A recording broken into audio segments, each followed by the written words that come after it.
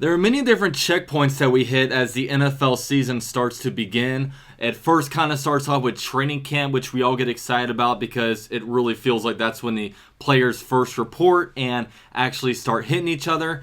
But for a lot of us out-of-towners that don't get to actually go to the training camp practices, this is the more exciting point in the season. That is when preseason actually starts, because we can actually see just as much of the team as the media and the people that go to these training camps can see. And the Jaguars will kick off the first game of the preseason this Thursday at 7:30 p.m. Eastern Time against the Baltimore Ravens. So in this video, we will go ahead and preview this game and tell you guys what to look out for.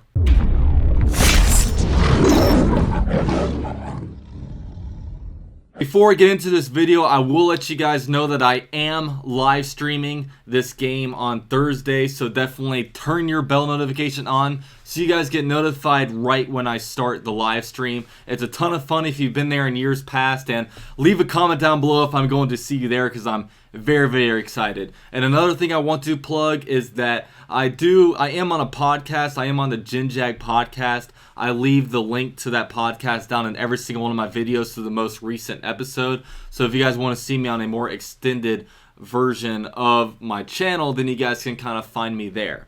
Now, anyways, let's go ahead and get into this video. Now, the thing that I'm most excited about with this game on Thursday is that it'll be our Jaguars fans' first time actually seeing Nick Foles in a Jaguars uniform. This is really exciting, and it's also that we get to see rookies and whatnot, but I think Nick Foles will be the most exciting. And for my own selfish reasons, a guy that has to make all kinds of thumbnails and a guy that has to plug Nick Foles right at this part of my screen in all my videos, I don't have to select from a bunch of different practice uniforms, and I don't have to select from a bunch of shitty photoshops. I'll actually have a legit picture of him for the channel.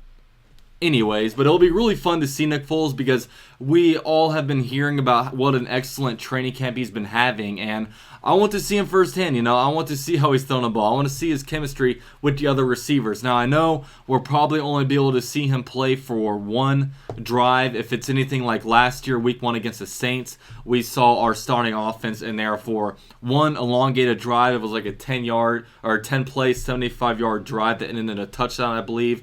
And not just that, we saw the Cody Kessler crew come in. So it's going to be a very short time we see them. If they go 3 and out to start the drive, I would imagine Doug Marrone would bring them back out there and let them have another drive. But I imagine they just want one clean, good drive, and then they'll get them off the field. So there's really not a lot of storylines along with the starter side. I will touch on the Ravens a little bit. I wouldn't expect Lamar Jackson to be out there running a big offense, like really running the ball a lot. I would expect them to maybe keep him in the pocket a little more and just test out his passing that way. Although I would expect once third-string quarterback Trace McSorley gets in there, I would expect that offense to be a little bit more like the offense that they're going to be running during the season.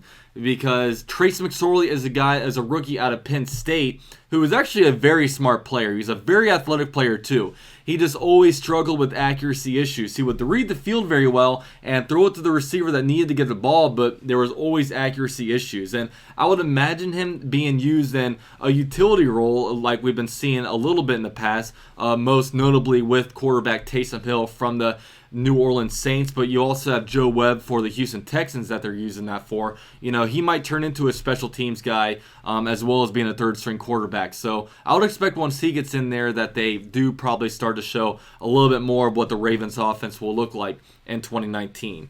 But anyways, while I'm on the topic of the quarterbacks, I think there's a bunch of fun quarterbacks that's going to be watched. First of all, on the Jaguars side, we have Nick Foles and we have Gardner Minshew. A lot of Jaguar fans like Gardner Minshew. I haven't seen him firsthand yet, but it's going to be cool to see him actually in the game. And I also got to mention guys like Tanner Lee and Alex Magoo.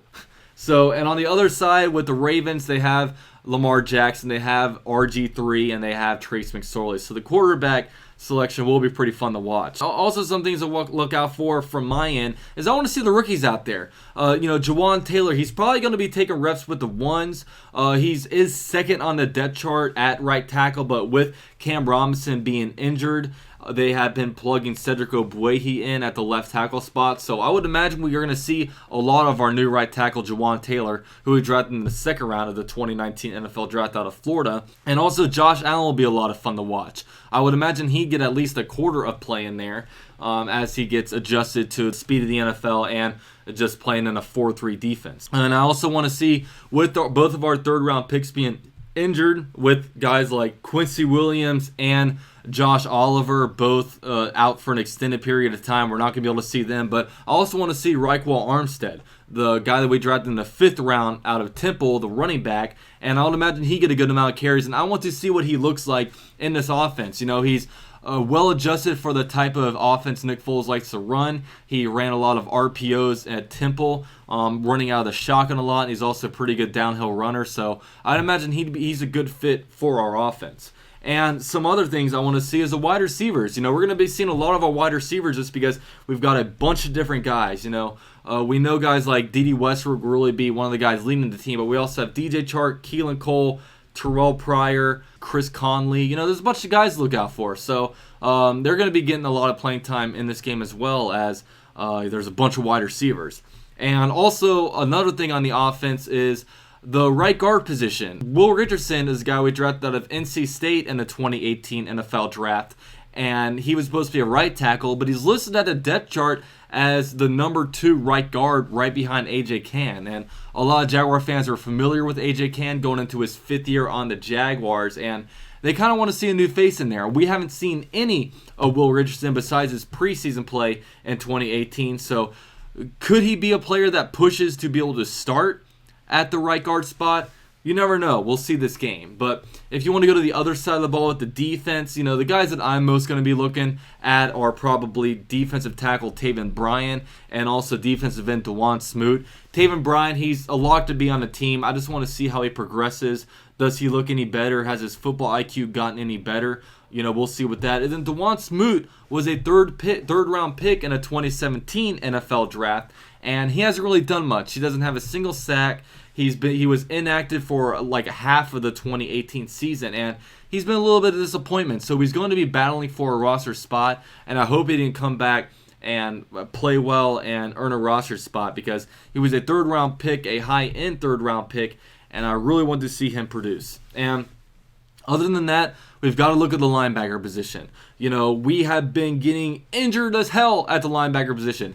As we all know, Telvin Smith is sitting out the 2019 season, but the guy behind him, Quincy Williams, is out 4 to 6 weeks with a torn meniscus.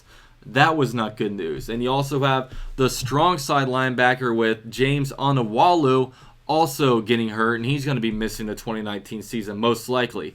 And then you have the free agent that we brought in from the Green Bay Packers, Jake Ryan, who is still injured. So we're most likely going to be poaching linebackers off of other rosters once they make the 53-man cuts because we are getting decimated at this position. We have one strong side linebacker left with Leon Jacobs, the 7th round pick last year out of Wisconsin. And then at weak side linebacker, it's most likely going to be Ramik Wilson getting the start there. So I pray Myles Jack can stay healthy and that we get our guy Quincy Williams back in no time. But really with this game, there's not too much breakdown. There'll be more to break down after because I actually have stuff to look at as opposed to just taking what I hear on Twitter and what other guys are saying, and it's really pissing me off.